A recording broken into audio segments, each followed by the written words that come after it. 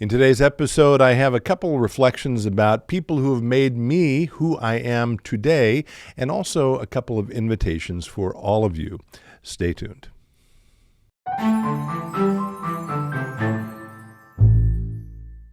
Hello, friends. Pastor Tim Westermeyer here, Senior Pastor of St. Philip the Deacon in the western suburbs of Minneapolis. Good to be with you as always. I have a few, I think these are going to be relatively quick things to share with you today. The first is a reminder or invitation, while I try to get a book here. I know I've mentioned this book a few times, but I'm going to mention it one more time. This is Becoming by Beholding, The Power of Imagination in Spiritual Formation. It's by Lanta Davis, who was our first Faith and Life speaker this year. We will maybe link to her Faith and Life talk. I'm mentioning it again today, though, because the next Monday from the day we're taping this, so that date is October 27th, happens to be my birthday. Not that you have to send presents, but I'm going to be at church on my birthday, leading now the 4th out of 4 classes on this book, alongside Jen Galley. So there's a dinner at 5:30, the class is at 6:30, and I'm lifting that one up particularly because Lanta Davis will actually be joining us via Zoom and taking our questions, sort of chatting both about her talk for Faith and Life and about the book and about what we've been talking about in the class for the last 3 weeks. If you've been able to join us over the last 3 weeks, great. I look forward to seeing you again. If you have not been able to join us, then I would just encourage you, you're more than welcome to come. It might be helpful if you would let us know you're going to be there. I think you can still register or you can just send me a note, but it should be a wonderful conversation.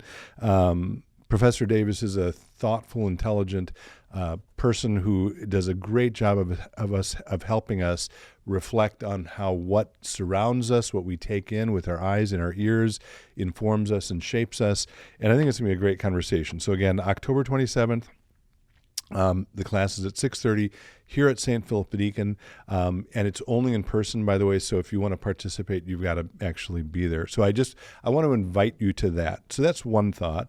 I guess 2 further thoughts related to that class.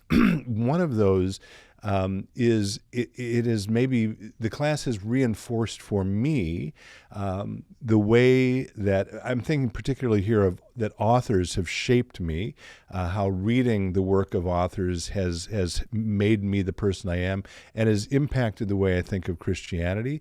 I don't think that will surprise anyone who's been paying attention to these podcasts. We talk about books and authors all the time, but it's given me a chance to sort of step back and realize how profoundly Christian thinkers, and here I'm thinking of people like certainly C.S. Lewis or G.K. Chesterton or Dorothy Sayers or Flannery O'Connor have provided a particular lens through which I see the world, and how grateful I am for that, honestly. I mean, none of us can sort of make sense of the world on our own. We need conversation partners and people who can teach us and mentor us and guide us.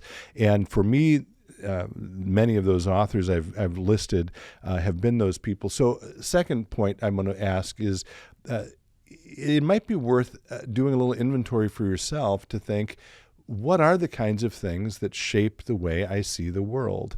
Who are the thinkers, the authors, the musicians, the artists, and how do they make me think about who I am and about who the world is and who God is? Again, that's maybe sounds like a simple exercise, but for me, it's been an opportunity to step back and think again for myself how critically important these conversation partners have been for who I've become. So that's the second point. So first, join us for the class on the 22nd. Second, both my own reflection on the people who have made me who I am and continue to make me who I am, and an invitation for you to reflect on that question for yourselves.